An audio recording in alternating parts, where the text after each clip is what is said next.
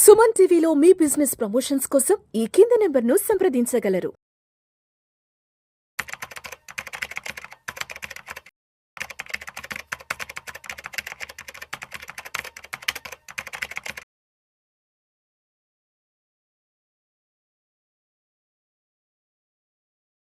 ఎఫ్ఐఏలు selling చేసేస్తున్నారు. ఎఫ్ఐఏలు profit book చేసుకుని వెళ్ళిపోతున్నారు. వీళ్ళు ప్రాఫిట్ బుక్ చేసుకుని ఎక్కడికి వెళ్తున్నారు, ఎందుకు వెళ్తున్నారు? ఇప్పుడు 30% స్లాబ్లో ఉన్నోళ్ళు దే ఆర్ బేయింగ్ 42% పే చేస్తారు. అంటే ₹1,00,00,000 సంపాదిస్తే 42 లక్షలు గవర్నమెంట్ కడుతున్నారు. అబుదాబి కానీ కొన్ని కంట్రీలు ఉన్నాయి, వాటికి ట్యాక్స్ లేవు. ఆల్ టైమ్ హై వచ్చింది. అక్కడి నుంచి వాళ్ళు మార్కెట్ మీద కానీ ఇండియా మీద కానీ ఇంట్రెస్ట్లు ఎక్కువ, ఛార్జెస్ ఎక్కువ అని చెప్పి వెళ్తున్నారు.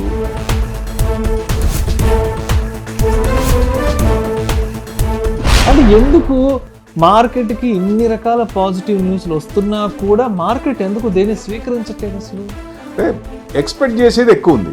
ఇప్పుడు ఎక్స్పెక్ట్ చేసింది ఎక్కువ ఉన్నప్పుడు తక్కువ వచ్చింది అనుకోండి, ఇది లాంగ్ టర్మ్ ఉండదండి. ఎప్పుడో ఒకసారి ఇప్పుడు మార్కెట్ పడుతుంది, గోల్డ్ పెరిగింది, gold all of A sudden దడ పడుతుంది చూడండి ఒక 2-3 monthsలో.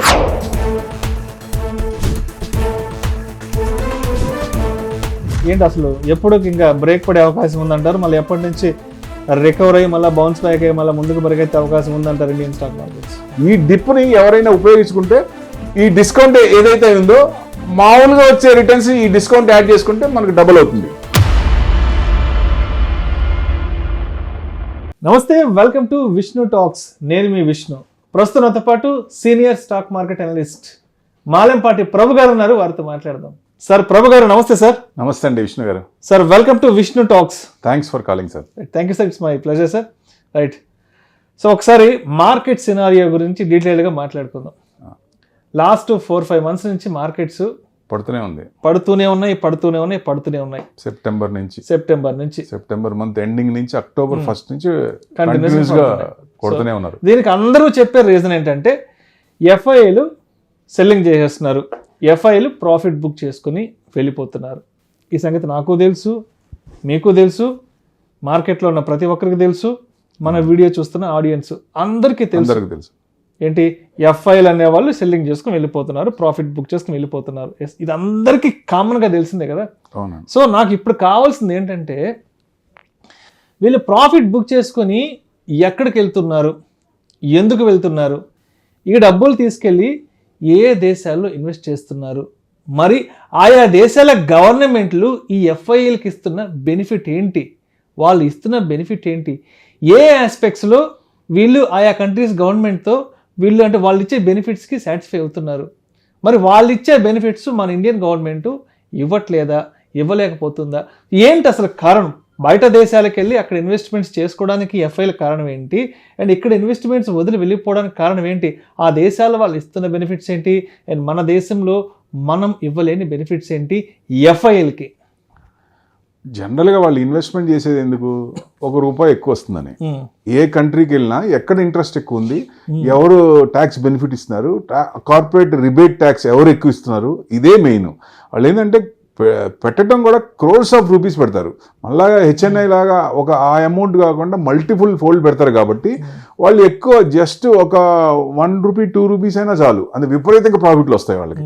అది కూడా కొనటం కూడా మార్కెట్ కొంచెం డౌన్ అయినప్పుడు లేకపోతే డిప్ అయినప్పుడు ఆ డిప్ని ఉపయోగించుకుంటారు. సో వాళ్ళు ఆర్డర్స్ పెట్టినవి కూడా కట్ చేయరు. ఆ డిప్లోనే రాలేదంటే మళ్ళీ అక్కడే ఉంచుతారు, మళ్ళీ వచ్చేదాకా వెయిట్ చేస్తారు. సో ఇప్పుడు బాండ్ ఈల్డ్ యుఎస్ బాగా పెరిగిందండి. దాదాపుగా 30 years బాండ్ ఈల్డ్ అయితే 5% పోయింది, 10 years అయితే 4.8, 4.85 దాకా పోయింది. అది ఇప్పుడు చిన్నగా తగ్గుతున్నాయి. సో ఎప్పుడైతే బాండ్ ఈల్డ్ ఏది టెన్షన్ లేకుండా, రిస్క్ తక్కువ ఉన్న చోట వాళ్ళు డబ్బులు ఈజీగా వస్తుంటే మరి వెళ్ళిపోతారు కదా. ఇక్కడ మనకేంటి కంటిన్యూస్గా 19,000 నుంచి 26,277 ఆల్ టైమ్ హై సెప్టెంబర్లో టచ్ అయ్యాం. ఓవర్ వాల్యుయేషన్స్ అని వచ్చింది. సెబీనే over mid and small cap over ఉన్నాయి, కొంచెం దాన్ని మార్చాలన్నట్టుగా కొంచెం ఏదో రూల్స్ అండ్ రెగ్యులేషన్స్ కొంచెం టైట్ చేయడం ఏఎంసీలకి, మ్యూచువల్ ఫండ్ ఏఎంసీకి అట్లా చేశారు. సో అప్పుడు కూడా కొంచెం మార్కెట్ పడి మళ్ళీ యూటర్న్ తీసుకుంది. సో వీళ్ళు ఎప్పుడైతే ఈ ఓవర్ వాల్యుయేషన్స్ అని వచ్చిందో కార్పొరేట్ రిజల్ట్స్ Q2 బాగుంది, బ్రహ్మాండంగా ఉంది. Q2 బాగా తగ్గినాయి. ఎక్కువ ఎఫెక్ట్ పడింది బాగా. సో మ్యాక్సిమం ఎక్స్పెక్ట్ చేసిన అంతకంటే బాగా లో వచ్చినాయండి. Q3 not bad but better than Q2. So ఇది కూడా అంత రాలేదు. సో బయట ఇంట్రెస్ట్ రేట్లు ఎక్కువ వస్తున్నాయి కాబట్టి బాండ్లో జనరల్గా ఇక్కడ అమ్ముకొని వెళ్తారు. అదొక కారణం, వన్ ఆఫ్ ద రీజన్.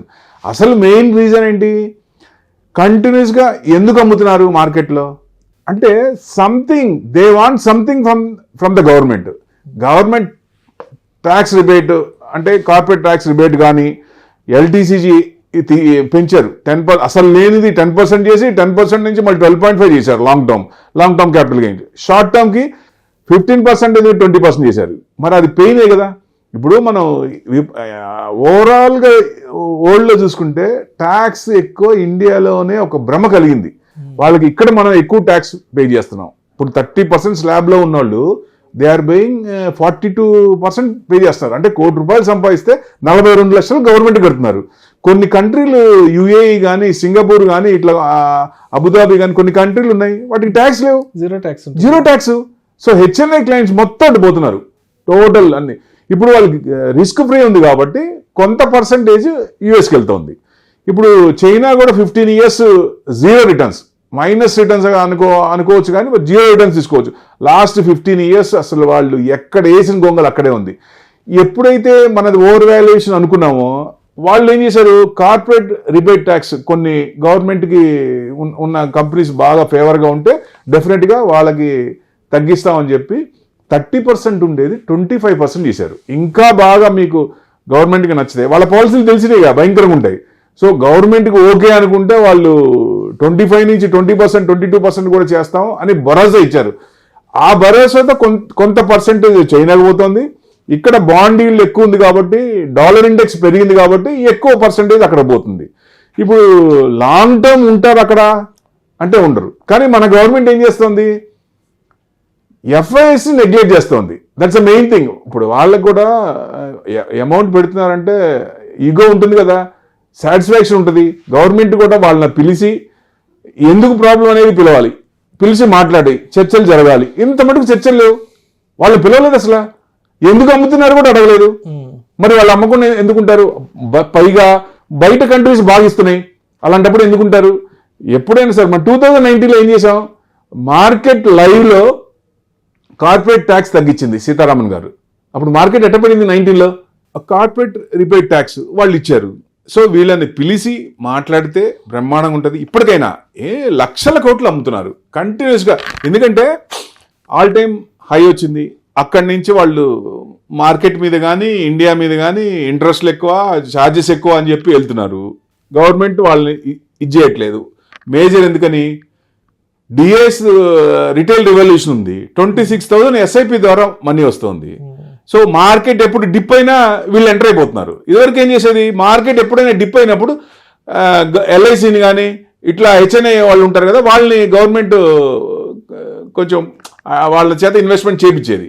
ఇప్పుడు అలా కాకుండా డిఏఎస్ రిటైల్ రివల్యూషన్ సపోర్ట్ ఉంది కాబట్టి వాళ్ళు నెగ్లెక్ట్ చేస్తే ఎట్లా? ఎందుకంటే ఎప్పుడైతే వాళ్ళు కూడా వస్తారో యాడ్ ఆన్ అవుతుంది, 10% పెరిగేది 20% అవుద్ది, మార్కెట్ ఇంకా ఫ్లరిష్ అవుద్ది.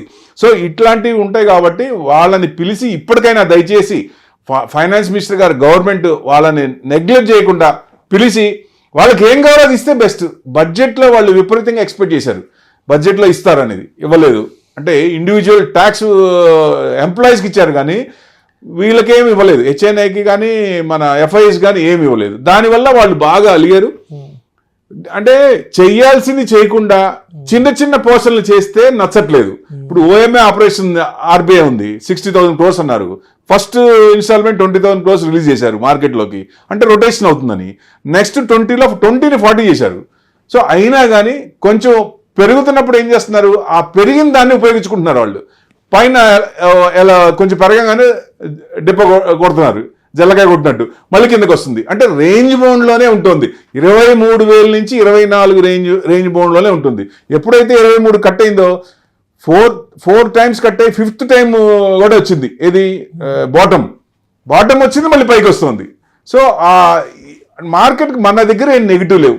కార్పొరేట్ రిజల్ట్స్, ఇన్ఫ్లేషన్ కంట్రోల్లో ఉంది 4.3%.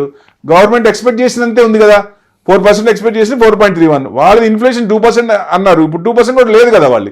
రేపు కమింగ్ ఆర్బీఐ దాంట్లో కూడా మన ఇంట్రెస్ట్ గ్యారంటీగా 25 బేసిస్ తగ్గిస్తారు. సో వాళ్ళు తగ్గించలేరు, వాళ్ళు ఇంకా టైం పట్టుద్ది వాళ్ళకి. బట్ మనం లాస్ట్ టైం చేసాం, నెక్స్ట్ టైం కూడా చేస్తున్నాం. సో ఇంకా నెక్స్ట్ కూడా ఇన్ఫ్లేషన్ కనుక 4%కి వస్తే ఇంకో 25% చేసే ఛాన్స్ ఉంటాయి. మ్యాక్రోస్ అన్ని బాగున్నాయి. ఒక్కటే వాళ్ళని ఎందుకు వాళ్ళు అక్కడికి వెళ్తున్నారంటే వాళ్ళు అడిగింది గవర్నమెంట్ ఇవ్వాలా. సో ఏదైనా ట్యాక్స్ రిబేట్ బూస్ట్ ఇస్తేనే కదా వాళ్ళు వెనక్కి వచ్చేది, లేకపోతే ఎట్లా వస్తారు? సో గవర్నమెంట్ కనుక వాళ్ళని తీసుకొని కన్సర్న్ తీసుకొని వాళ్ళు ఎందుకు వాళ్ళకి అమ్మటానికి గల కారణాలు ఏంటి తెలుసుకొని ఇన్వెస్టర్ డబ్బులు రోజు రోజుకి తగ్గిపోతుంది పోర్ట్ఫోలియో. రైట్. సో ఇప్పుడు ఇక్కడ ఇంకొక విషయం గురించి కూడా మాట్లాడుకోవాలి. ఇప్పుడు మార్కెట్ అనేది ఎప్పుడైనా సరే కొన్ని రకాల న్యూస్కి ఇంపాక్ట్ అవుతుంది. అంటే ఎక్కువగా కూడా మార్కెట్ అనేది న్యూస్ మీద డిపెండ్ అయి ఉంటుంది. It's news driven market. News driven market అంటే ఒక్కొక్కసారి ఎలా ఉంటుందంటే పలానా న్యూస్ మార్కెట్కి ఫేవర్గా వస్తే అద్భుతం జరిగిపోద్ది, లేదంటే మార్కెట్కి నెగిటివ్గా వస్తే ఇలా జరుగుద్ది అంటారు. అవునండి. లాస్ట్ ఒక 3-4 మంత్స్ నుంచి మనం చూస్తే ట్రంప్ వస్తే అసలు మార్కెట్లకి అద్భుతంగా పరిగెస్తాయి, మార్కెట్లకి ఇంకా అసలు ఆపేవాళ్ళు ఎవరు లేరని మాట్లాడుకున్నాం. సరే, అంటే ట్రంప్ మోడీ ఫ్రెండ్షిప్ ఇద్దరు రిలేషన్ బట్టి కొంత ఆలోచించి ఒక స్పెక్యులేషన్ నడిచింది. ట్రంప్ వచ్చేసారు కాబట్టి ఇంకా మోడీ గారికి మంచి ఫ్రెండ్షిప్ ఉంది కాబట్టి ఇక్కడ వ్యాపార వాణిజ్య దౌత్య విషయాల్లో మనం ఫర్దర్గా చాలా మూవ్ అనే ముందుకు వెళ్ళిపోతాం, ఇది మార్కెట్కి బాగా కలిసి వస్తుంది అన్నారు. సరే, ఏదో ఆర్బీఐ మానిటరింగ్ పాలసీ వస్తే అసలు ఇంకా మార్కెట్లకి ఇంకా అడ్డు వదిపోలేదు, దూసుకెళ్తాయి అన్నారు. సరే, అది కూడా దాన్ని కూడా మార్కెట్ పక్కన పెట్టేసేసింది. ఇన్కమ్ ట్యాక్స్, సరే బడ్జెట్ వస్తుంది, బడ్జెట్లో ఇన్కమ్ ట్యాక్స్ మీద వచ్చే ఆ న్యూస్ కోసం, అజంప్షన్స్ కోసం మార్కెట్ వెయిట్ చేస్తుంది. సో పాజిటివ్ న్యూస్ వస్తే ఇంకా మార్కెట్ వెళ్ళిపోద్ది అన్నారు, అది కూడా మార్కెట్ కేర్ చేయలేదు. సరే, అందరు ఆశలకు తగ్గట్టుగానే ఎంప్లాయీస్కి ఆల్మోస్ట్ 12 లక్షల వరకు నో ట్యాక్స్ అన్నారు. ఆ న్యూస్ని కూడా మార్కెట్ అసలు దాన్ని కూడా పక్కన పెట్టేస్తుంది. సరే, ఇంకా ఢిల్లీ ఎలక్షన్ ఉంది. ఇంకా ఢిల్లీ ఎలక్షన్ ఉంటే అసలు ఇంకా ఢిల్లీలో కానీ ఈసారి 27 ఏళ్ళ తర్వాత బీజేపీ కానీ అక్కడ అధికార పగ్గాలు చెప్తే ఇంకా మార్కెట్కి అసలు అడ్డు వదిపోలేదు, ఇంకా లక్షకి అది అంటే వెళ్ళిపోద్దన్నారు. సరే, అంటే ఇప్పుడు మనం మాట్లాడుకున్న ఈ 4-5 అంశాలు కూడా మార్కెట్కి ఫేవర్గానే వచ్చాయి. సరే, ట్రంప్ గారు వచ్చారు, ఓకే మార్కెట్కి ఫేవర్ అవుద్దాం అనుకున్నాం, అక్కడ ఏం జరగలేదు. ఆర్బీఐ మానిటరింగ్ పాలసీ సరే ఫేవర్గానే వచ్చింది మనకి, కానీ మార్కెట్ దాన్ని తీసుకోలేదు, 25 బేసిస్ కట్ చేశారు. సరే, ఢిల్లీ ఎలక్షన్లో బీజేపీ గెలిస్తే ఇంకా మార్కెట్కి అద్భుతం ఉన్నారు, దాన్ని కూడా కేర్ చేయలేదు. సరే, టాక్సేషన్ మీద మంచి పాజిటివ్ అనౌన్స్మెంట్ వచ్చింది, దాన్ని కూడా కేర్ చేయలేదు. అంటే ఎందుకు మార్కెట్కి ఇన్ని రకాల పాజిటివ్ న్యూస్లు వస్తున్నా కూడా మార్కెట్ ఎందుకు దేన్ని స్వీకరించట్లేదు? అసలు అంటే ఎక్స్పెక్ట్ చేసేది ఎక్కువ ఉంది. ఇప్పుడు ఎక్స్పెక్ట్ చేసింది ఎక్కువ ఉన్నప్పుడు తక్కువ వచ్చింది అనుకోండి, దాని ఎఫెక్ట్ ఎంత అనుకున్నంత ఇవ్వకుండా చిన్న పార్ట్గా అంటే సరిపోనంత ఇచ్చుంటే సాటిస్ఫాక్షన్ ఉండదు కదా. అంటే ఇప్పుడు మార్కెట్ 100 రూపాయలు ఎక్స్పెక్ట్ చేస్తుంది, కానీ వచ్చిందేమో 5-10 రూపాయలే అంతే. ఇప్పుడు ట్రంప్ టరిఫ్ అనేది బాగా నడుస్తుంది. ఇప్పుడు అందరికీ వేస్తానంటున్నాడు. ఇండియాని కూడా నేను అందరిని ఎలా చూస్తానో వాళ్ళు ట్యాక్స్ ఎలా వేస్తారు నేను కూడా అంతే వేస్తానంటున్నాడు. హార్లీ డేవిడ్సన్ కి మనం మంచి విపరీతంగా ఎక్కువ ట్యాక్స్ వేస్తున్నాం, ఆయన లాస్ట్ టైం కలిసినప్పుడే చెప్పాడు తగ్గించమని.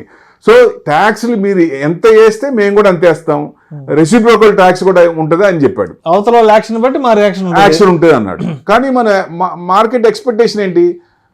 ఇండియాతో బాగుంటారు, మోడీ రిలేషన్ మన ప్రైమ్ మినిస్టర్ ఆయనతో ప్రెసిడెంట్తో బాగుంది కాబట్టి ఎక్కువ ఎక్స్పెక్ట్ చేశారు. ఎప్పుడైతే ఎక్కువ ఎక్స్పెక్ట్ చేశారో అనుకున్నది రాకపోయింది అనుకోండి, డిసాటిస్ఫాక్షన్ ఉంటుంది కాబట్టి తీసుకోవట్లేదు. ఇప్పుడు ఆల్రెడీ ఆర్బీఐది డిస్కౌంట్ అయిపోయింది, ఇన్ఫ్లేషన్ తగ్గింది కాబట్టి ఫుడ్ ఇన్ఫ్లేషన్ తగ్గింది. ఫుడ్ ఇన్ఫ్లేషన్ 9%కి వెళ్ళిందండి, అది 9% నుంచి తగ్గింది కాబట్టి డెఫినెట్గా డ్యామ్ షూర్ ఇన్ఫ్లేషన్ తగ్గితే ఇంట్రెస్ట్ రేట్లు తగ్గించాల్సిందే. అది డిస్కౌంట్ అయిపోయింది. అంటే ఏదైతే ఇస్తున్నారో అది సమానంగా రావట్లేదు, వాళ్ళకి భరోసా కలగట్లేదు. ఈ భరోసా కలిగించే వ్యవహారం గవర్నమెంట్ టేకప్ చేయట్లేదనే ఉద్దేశం మార్కెట్కి. మార్కెట్. అది చేస్తేనే, వాళ్ళని సాటిస్ఫాక్స్ చేస్తేనే, ఇంకా వేరే నెగిటివ్స్ ఏం లేవు మన మార్కెట్లో. మ్యాక్రోస్ అన్ని ఫెంటాస్టిక్. ఇప్పుడు జీడిపి 5.4, 6.2, 6.3, 5.4 వచ్చింది. అది మనం కంటిన్యూస్గా నెక్స్ట్ జీడిపికి మారచ్చు కదా. సో డెఫినెట్గా ఎందుకు జీడిపి తగ్గింది? Government physical deficit, government investment తగ్గింది. ఎందుకంటే 2024లో ఫస్ట్ ఎలక్షన్స్ ఉన్నాయి కాబట్టి కాన్సన్ట్రేషన్ అంతా అట్టుంది కాబట్టి గవర్నమెంట్ స్పెండింగ్ తగ్గించుకొని ఈ సంవత్సరం ప్రైవేట్ స్పెండింగ్ పెంచాలనే ఉద్దేశంతో ప్లాన్ చేసుకున్నారు వాళ్ళు. సో ఇప్పుడు గవర్నమెంట్ స్పెండింగ్ నెక్స్ట్ ఈ 26లో కూడా పెరిగితే జీడిపి మళ్ళీ పెరుగుతుంది. సో అంత మనకి నెగిటివ్ ఏం లేదు కదా. ఏదైనా మైన్యూట్ ప్రాబ్లమ్సే కానీ మేజర్ ప్రాబ్లమ్స్ ఏం లేవు. వాళ్ళని సాటిస్ఫై చేయటమే మెయిన్ కారణం. ఎవరైతే ఫైనాన్స్ మినిస్టర్ పోస్ట్లో ఉన్నారో ఫైనాన్స్ మినిస్టర్ 100% వాళ్ళని పిలిచి మాట్లాడి ఇది చేస్తే డెఫినెట్గా ఇది అవుద్ది. ఇది లాంగ్ టర్మ్ ఉండదండి. ఎప్పుడో ఒకసారి ఇప్పుడు మార్కెట్ పడుతుంది, గోల్డ్ పెరిగింది, gold all of A sudden దడ పడుతుంది చూడండి. ఒక 2-3 monthsలో డెఫినెట్గా పడుతుంది. యూటర్న్ తీసుకుంటారు. ఎందుకంటే బాండ్ ఈల్డ్ తగ్గుతోంది. మన ఐఎన్ఆర్ 107, 97, 98కి వెళ్ళింది. అక్కడి నుంచి తగ్గుతోంది కదా. సో డాలర్ ఇండెక్స్ కూడా 107, 108కి వెళ్ళి అక్కడి నుంచి తగ్గుతోంది. అన్ని చిన్నగా తగ్గుతున్నాయి. ఈయన కూడా ఫస్ట్ సీట్లో రాగానే నా మాట వినాలి, అందరు నేను చెప్పిందే వినాలి, నేను చెప్పిందే ఏదో ఆయన మార్క్ చూపించాలి. అంటే నేను మోనార్క్ అంటే ఎవరైనా కానీ ఫస్ట్ సీట్లో రాగానే వాళ్ళ ఇజం చూపిస్తారు. సో ఆయన చూపిస్తున్నట్టు లెక్క. ఇది లాంగ్ టర్మ్ ఉండదు. ఆయన ఈ నెక్స్ట్ టర్మ్ లేదు ఆయనకి. అదొకటి. ఈ ఫస్ట్ 3 months, 6 months లోపు ఎట్టి పరిస్థితుల్లో మళ్ళీ సెట్ అవ్వాల్సిందే. ఎందుకంటే వాళ్ళు మ్యాక్సిమం చైనా మీద డిపెండ్ అయ్యారు. చైనాని ఇప్పుడు కాదనుకుంటున్నాడు. చైనా మరి ఇండియా ఆల్టర్నేట్ మనమే కదా ఉంది. సో డెఫినెట్గా మన సైడ్ చూడాల్సిందే. సో డెఫినెట్గా మళ్ళీ నెక్స్ట్ అతి తొందరలోనే ఎక్కడో చోట తీసుకుంటుంది. మార్కెట్ తీసుకుంది అనుకోండి, ఇదివరకు పెరిగినట్టు స్లోగా ఏం పెరగదు. ఫ్లో ఆఫ్ ఇది కూడా వరదల్లాగా ఉంటుంది. సో పడింది కూడా మీకు రేంజ్ బౌండ్లోనే ఉంది. విపరీతంగా పడేదైతే కోవిడ్లో పడినట్టు 40% పడింది. కోవిడ్లో అంత పడలేదు కదా. మనం 13%, 14% పడ్డాం. సో డెఫినెట్గా మనకి పాయింట్స్ అన్ని పాజిటివ్గా ఉన్నాయి. ఇది డెఫినెట్గా ఇన్వెస్టింగ్ యాంగిల్లో చేస్తే 100% ఎవరైనా సేఫ్గా ఉంటారు. ఇది ఉపయోగించుకోమంటా నేను. ఈ డిప్ని ఎవరైనా ఉపయోగించుకుంటే ఈ డిస్కౌంట్ ఏదైతే ఉందో మామూలుగా వచ్చే రిటర్న్స్ ఈ డిస్కౌంట్ యాడ్ చేసుకుంటే మనకు డబుల్ అవుతుంది. రైట్. మొత్తానికి కన్క్లూజన్గా ఏంటి, అసలు ఎప్పుడు ఇంకా బ్రేక్ పడే అవకాశం ఉందంటారు? మళ్ళీ ఎప్పటి నుంచి రికవర్ అయ్యి మళ్ళీ బౌన్స్ బ్యాక్ అయ్యి మళ్ళీ ముందుకు పరిగెత్తే అవకాశం ఉందంటారు ఇండియన్ స్టాక్ మార్కెట్స్? అతి తొందరలోనే అవుతుందండి. వాళ్ళని ఎప్పుడు పిలుస్తారా అనేది వాళ్ళే వెయిట్ చేస్తున్నారు. ఎందుకంటే ఏ కంట్రీలో ఉండలేరు వాళ్ళు. ఇక్కడ ఉన్న ఫెసిలిటీస్ ఉండవు. ఎందుకంటే చైనా వాడు ఏం చేశాడు, 30%ని 20% కార్పొరేట్ రిబేట్ ట్యాక్స్ ఇచ్చాడు. మనం ఎంత ఉన్నాం, 25 ఉన్నాం, 30%లో ఉన్నాము, ఇంకా తగ్గించట్లేదు. సో ఎప్పుడైతే వాళ్ళకి కావాల్సింది చేస్తామో ఎప్పుడైనా చేయొచ్చు అది. ఎందుకంటే గవర్నమెంట్ ఇంకా నెక్స్ట్ 2 months ఏం లేవు, మ్యాక్రోస్ ఏం లేవు. సో డెఫినెట్గా ఏదైనా పాజిటివ్ న్యూస్ వస్తుందని మార్కెట్ కూడా చూస్తోంది. అందుకే రేంజ్ బౌండ్లోనే ఉంటుంది కానీ పడట్లేదు. సో డెఫినెట్గా టైం హ్యాస్ కమ్. అంటే 5 times బార్డర్ టచ్ అయింది. 22,800 టచ్ అయ్యి మళ్ళీ పైకి వస్తుంది. ఇంకా అదే సపోర్ట్ అనుకోవచ్చు. డెఫినెట్గా ఆ సపోర్ట్ మ్యాక్సిమం కట్ అయింది అనుకోండి 22,500, అంతకంటే రాకపోవచ్చు. ఎక్కడో చోట ఇప్పుడు అతి తొందరలో మార్కెట్ యూటర్న్ తీసుకునే అవకాశాలు ఎక్కువ ఉన్నాయి. Right. Thank you sir. Thank you so much Prabhu గారు. థ్యాంక్ యూ అండి.